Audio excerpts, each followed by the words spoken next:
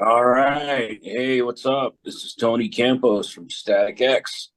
We'll be out in good old Oz coming up May 19th through the 21st. Melbourne, Sydney, and Brendale. Come on out. We'll see you soon. Beautiful, Tony. Thanks for joining us today, mate. Yeah, man. So, as you mentioned, bro, Static X returned to Australia for three shows, starting in Melbourne on May the 19th, before hitting Sydney on the 20th and finishing in Brisbane on May the 21st. So, how are you feeling about the trip, man?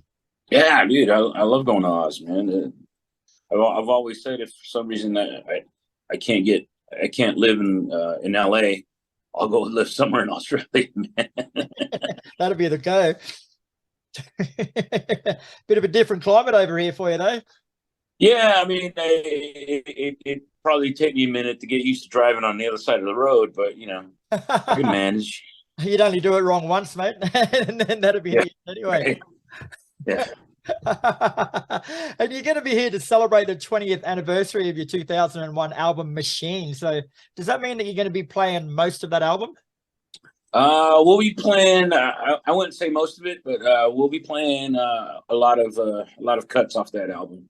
And you're actually being quoted in the press releases saying that you will play songs off both Machine and Wisconsin Death Trip, as well as a number of nice surprises. Like, I don't know about you, bro, but I hate surprises. So I suppose you're going to elaborate for it. Well, it depends who the surprise is coming from. True. So what do you got? What are your surprises? You going to let them loose? Yeah, well, if you want a clue, check out any of the videos from the last couple of shows we've been doing here in the States. You'll get an idea. Yes, I've already had a sneak peek myself, actually, and I think I agree with you. We'll let people look it up themselves because words Yeah. words don't do it justice, does Yeah. it? You're also celebrating the life and legacy of Wayne Static as you do with every show, mate. Like, as much as the fans love things like that, mate, like no one seems to sort of ask how you guys in the band feel having to drag, like, admittedly happily memories up night after night on stage, mate. Like, does it get any easier for you? Yeah, I mean, being together with my friends, that were there with me in the beginning, and that just having that camaraderie with those guys just keeps the vibe positive, and we keeps it focused on all the good times we had together. And of course, you've now got Zero out the front of the band. So, how different is the live show with him there than what it was previously? Well, Zero's, a different, you know, kind of dude. He's a friggin' robot. So, uh, but I think he captures Wayne's vibe and spirit very well, and he does it respectfully. And he's not there, trying to replace Wayne. He's just kind of like the symbol for Wayne. It's kind of like Wayne was such a larger than life character that to use Iron Maiden as an analogy, he was both our Bruce Dickinson and our Eddie. You know, Yeah, so I think if, using the character Zero kind of reflects that of the larger than life character that Wayne was, yeah, and it represents him without trying to replace him. yeah. That's perfect. I know, like initially there's a bit of skepticism about it, and there's a lot of negative feedback, which I think was completely unfair. But how's that going now? Like, are the fans finally starting to embrace the fact that this is a new era of the band? Yeah, I mean, I noticed that there was apprehension at first. Obviously, Wayne touched a lot of people hearts. And anytime you do something like that, it's people are gonna have their apprehensions. But once we got out and we showed what we were doing, and how we were doing it in a respectful way with the with the blessing of Wayne's parents. Um, I think the majority of people got it, and it's been pretty positive ever since. Yeah, good. So we'll go back to the stage show video, mate. Like from what I've seen, the stage show is absolutely spectacular. Like, are you bringing the full production over that you've got from overseas? I'm not sure if we're going to be able to bring all of that stuff, just because of shipping limitations. But we'll bring as much as we can, Yeah.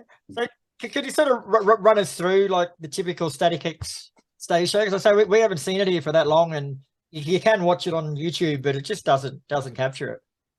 Well, it won't capture it, but it'll give you a good idea of what's going on. Far better than anything I could say.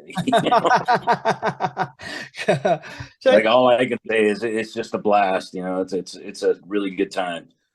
So go back to the beginning of Static X if you can, bro. Like you've been with the band from the very start in 1994. So what was the musical climate like back then that sort of gave birth to Static X, and where did you guys fit in initially?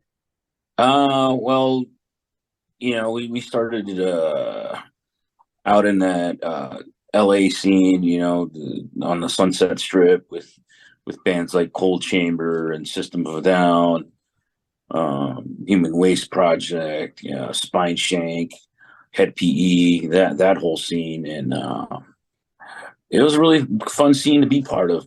Every band had like their own unique thing going on, and everyone like helped each other out as far as promoting their shows. Everybody would be handing out flyers at everyone else's shows. So it was a kind of an incestuous thing, but very cool for the scene, man. And yeah, I don't know that happens so much these days. Where bands are like helping each other out as opposed to trying to cutthroat the other one. It's more like that these days, isn't it? Yeah.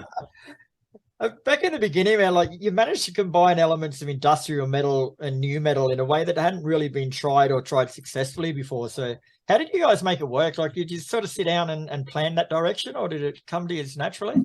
No, man. I mean, when I first started jamming with Wayne and Ken, um, they were doing kind of a grunge kind of metal thing, kind of like a grungy Crowbar kind of vibe. Um, and then, we tried a couple of different things. At one point, we were doing Black Flag and Circle Jerks covers. Wow. And yeah, and then one day Wayne just came in with his drum machine, and he hit play and played a riff over it, and we were like, yeah, let's rip off Ministry and Prong, and that's the direction we went in, and it caught on. Yeah. You had massive success with the album Machine and Wisconsin Death Trip, but do you remember like at what point you personally sort of looked around and felt things that going pretty good for the band? I think I think when we got word that record labels were actually interested, and because by then I had dropped out of school for the second time, and I was like, fuck, what am I going to do with my life? And shit started happening for the band, and it was like, well, let's see where this goes. Not really expecting anything. Like, this is the last thing I thought I'd do for a living, and shit just kept happening for the band, and at the point where labels were talking to management, I was like, wow, okay, this could be cool. I might not have to keep working this shit job. Oh, cool. And then like after Wayne passed in 2014, it took yourself and Koichi and Ken like 4 years to announce the reform band with a new singer. So how difficult was that decision for you? Like was there ever a stage where you felt like you probably couldn't go on? Well, yeah. I mean, like I once the band fell apart in 2009 and Wayne went solo, that was like, that's it. And unless you know, something drastic, you know, Wayne would have somehow changed it drastically changed his lifestyle and, you know, gotten clean and sober, which unfortunately I just didn't see happening, and fortunately it didn't happen. That's it. The band's done. You know. So when he passed, it, you know, it wasn't like, all right, cool, now we can do the band again. I had gotten offers to do the band again pretty soon after Wayne had passed, and I was like, no, dude, come on, this is ridiculous, too soon. And it wasn't until I think it was 2016 when I had gotten a hold of some demos that Wayne had left behind, and I sat on them for a while, because even then I was still just like, you know, really, really rough, unfinished material, and I don't know, maybe it just still didn't feel right at the time. But after a while, like towards the end of that year, I started digging into that stuff, and that's when I approached Ken and Koichi, and I was like, hey, what do you think about, you know, finishing these songs off for Wayne? And that's really what got the ball rolling, and it just kind of snowballed from there. You know, and the 20th anniversary of Death Trip was coming up, and it was just like, it seemed like these different things were converging, and like the 20th anniversary was the right time to do it. So then, of course, you released Project Regeneration Volume 1, which was a collection of the unreleased tracks with Wayne's vocals and guest vocalists. So how was that process?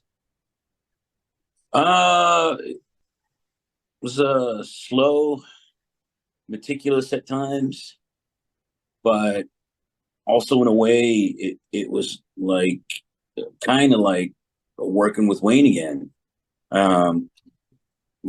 Like I mentioned previously, Wayne would come in with this drum machine and a guitar riff, and we'd build from that.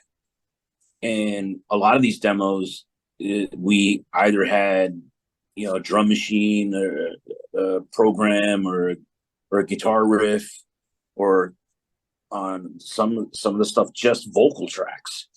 So, but we had like this basis where we could build songs off of, which is kind of how, well, it's exactly how all the songs that ended up on Wisconsin Death Trip came about. You know, with Wayne bringing in the initial idea and us hashing it out in a jam room. And then last month, you announced Volume 2 of the Project Regeneration, and said that along with some more unreleased and recovered material, there's also going to be some entirely new music. Is that right? Yeah. One or two tracks that, you know, fill up the album. Yeah, cool. And is that with like, originals written with Zero? Yeah. Mm-hmm.